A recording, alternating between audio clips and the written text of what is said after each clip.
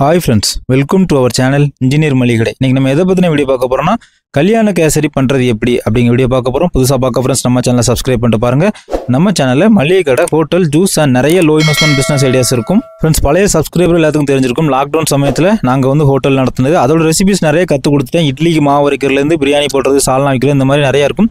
பிளேலிஸ்ட்ல போய் பாருங்க. நீங்க ஒரு ஹோட்டல் தள்ளுவண்டி கடை வைக்கணும்னா கண்டிப்பா உங்களுக்கு ரோஜனமா இருக்கும்.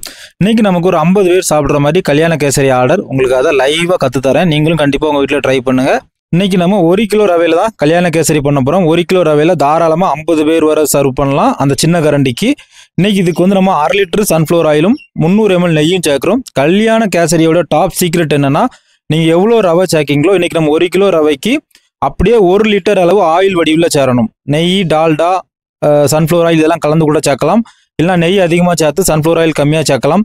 உங்களோட கன்சிஸ்டன்சிக்கு ஏற்ற மாதிரி நீங்கள் தாராளமாக சேர்க்கலாம். இன்னைக்கு நான் எதுக்காக 800 ml சேர்த்துருக்கேன்னா, செஞ்சு உடனே சர்வ் பண்ணிடுவாங்க. சரிங்களா?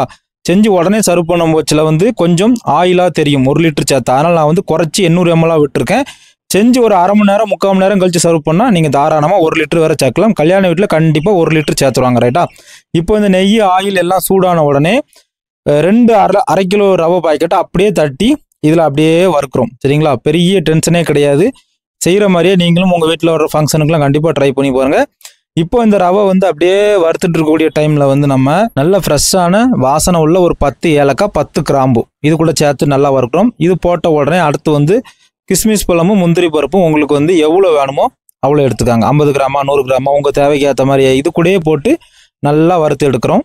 அடுத்து நம்ம கேசரிக்கு அளவு தண்ணி எடுக்க போகிறோம். அளவு தண்ணி எவ்வளோ எடுக்கணும்னா, இப்போ 1 கிலோ ரவைக்கு 2 லிட்டர் தண்ணி எடுக்கணும். சரிங்களா? உங்களுக்கு அளவுக்காக ஒரு 2 லிட்டர் கேன் ஃபுல்லாக தண்ணி எடுத்திருக்கேன். இப்போ இந்த தண்ணியை அப்படியே வெந்நி வைக்க போகிறேன். இப்போ நம்ம ரவை அப்படியே வெந்து வரக்கூடிய டைமில் முந்திரி பழம் புஷ்ஷுன்னு புடைச்சிட்டு வரும். சரிங்களா? அதுதான் கரெக்டான டைம். ரவை அந்த டைமில் வெந்திருக்கும். இந்த இடத்துல ரவையோட வேக்காடும் முக்கியம். அதனால் ரவை நல்லா வெந்திருக்கான்னு லைட்டாக செக் பண்ணிக்காங்க. சரிங்களா? நல்லா வெந்திருக்கான்னு பார்த்துக்காங்க. இப்போ கொஞ்சம் கலரும் சேஞ்ச் ஆகும் லைட்டாக. சரிங்களா? இந்த மாதிரி நெய் தனியாக பிரிஞ்சு வரும், கலரும் சேஞ்ச் ஆகும். மீடியமுக்கு கீழே வச்சு பண்ணுங்க, சிம்லேயே வச்சு பண்ணுங்க. கேசரி சூப்பராக வரும். ஓகேங்களா? இப்போ நம்ம என்ன பண்ண போறோம்னா, 2 லிட்டர் அளவு தண்ணி சூடு வெந்நி வைக்க வச்சிருக்கோம்ல, அது வெந்நி வச்சு எடுத்தாச்சு. அந்த தண்ணி அப்படியே இதில் ஊற்ற போகிறேன். ஊற்றுறப்போ கொஞ்சம் தள்ளி நின்றுட்டு கவனமாக ஊற்றுங்க. அது பொங்கும். சரிங்களா? இப்போ நம்ம வெந்நி அப்படியே உள்ளே சேர்த்துடலாம். கண்டிப்பாக வெந்நியை தான் சேர்க்கணும், பச்சை தண்ணியாக சேர்க்கக்கூடாது. பச்சை தண்ணி சேர்த்தா கட்டி பிடிச்சிடும். அதனால் கண்டிப்பாக வெந்நி தான் சேர்க்கணும்.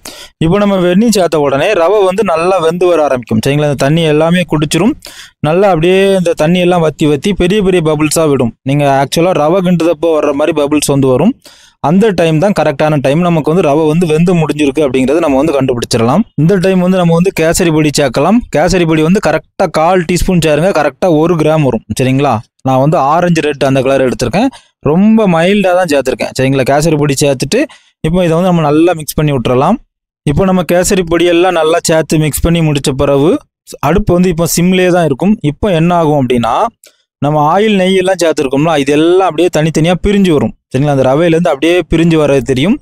இதுதான் கரெக்டான ஸ்டேஜ். இந்த ஸ்டேஜில் நம்ம என்ன செய்ய போகிறோம்னா, 1 கிலோ ரவைக்கு 2 கிலோ சீனி எடுத்திருக்கேன். சரிங்களா? 2 கிலோ சீனியை அப்படியே உள்ளே சேர்க்கலாம். 1 கிலோ ரவைக்கு 2 கிலோ சீனி அப்படிங்கிறது ஸ்டாண்டர்டு. கல்யாண வீட்டில், ஹோட்டலில் நாங்களாம் இதே அளவில் தான் சேர்த்து ஆர்டர் எடுப்போம். உங்களுக்கு சீனியோட அளவை குறைக்கணும் அப்படின்னா நீங்கள் 1.25 கிலோ சேருங்க. அதுக்கும் கீழே போயிட்டுனா கேசரி ஸ்வீட்னஸ் ரொம்ப குறைஞ்சிரும். ஓகேங்களா? இப்போ இதை சேர்த்து நம்ம நல்லா கிண்டணும். இப்போ என்ன ஆகும்னா, நம்ம ரவை, சீனி எல்லாம் கலந்து நல்லா சூட்டில் அப்படியே நல்லா இலக்கம் கொடுக்கும். சரிங்களா? நல்லா அப்படியே லிக்விட் ஸ்டேஜாக மாறிடும். எந்த பதட்டும் பட வேண்டாம். தண்ணி அதிகமோ எதுவும் அதிகமோ கட்டியாகவும் நினைக்க வேண்டாம். அப்படியே லூஸ் கொடுத்துட்டு திரும்ப டைட்டாக மாறும். இப்போ நீங்கள் அப்படியே கண்டினியூஸாக நல்லா கிண்டுறப்ப எல்லாமே சூப்பராக அந்த தண்ணி எல்லாம் எடுத்துரும். இலக்கம் கொடுத்தது எல்லாமே டைட் ஆயிரும். இப்போ நம்ம கல்யாண கேசரி ஆல்மோஸ்ட் ரெடி. சரிங்களா? இப்போ இனி என்ன ஆகும்னா, நம்ம அப்படியே சிம்லேயே வச்சு கிண்டுறப்போ என்ன ஆகும்னா, நம்ம ஊற்றின ஆயில், நெய் எல்லாமே பிரிஞ்சு வரும். சரிங்களா? பிரிஞ்சு அப்படியே சைடில் அப்படி வர ஆரம்பிக்கும். அதுதான் கரெக்டான ஸ்டேஜ். இப்போ நம்ம கல்யாண கேசரி ரெடி ஆகிட்டு, நம்ம சேனலில் இதே மாதிரி ஒரு பைனாப்பிள் கேசரி லோ பட்ஜெட்டில் பண்ணியிருப்பேன். அதுவும் நீங்கள் பாருங்கள், உங்கள் வீட்டுக்கு வேணால் ட்ரை பண்ணி பாருங்கள். இப்போ நம்ம உடனே சர்வ் பண்ணால் கொஞ்சம் ஆயிலியாக தெரியும். நெய் எல்லாம் அப்படி சேர்ந்து ஒட்டி வரும். ஃபஸ்ட்டு நான் உங்களுக்கு வீடியோவில் காமிச்சது இப்படி செஞ்சுட்டு உடனே எடுத்து காமிச்சது அப்படி ஸ்மூத்தாக நல்லா ஆயிலோடு விழும்.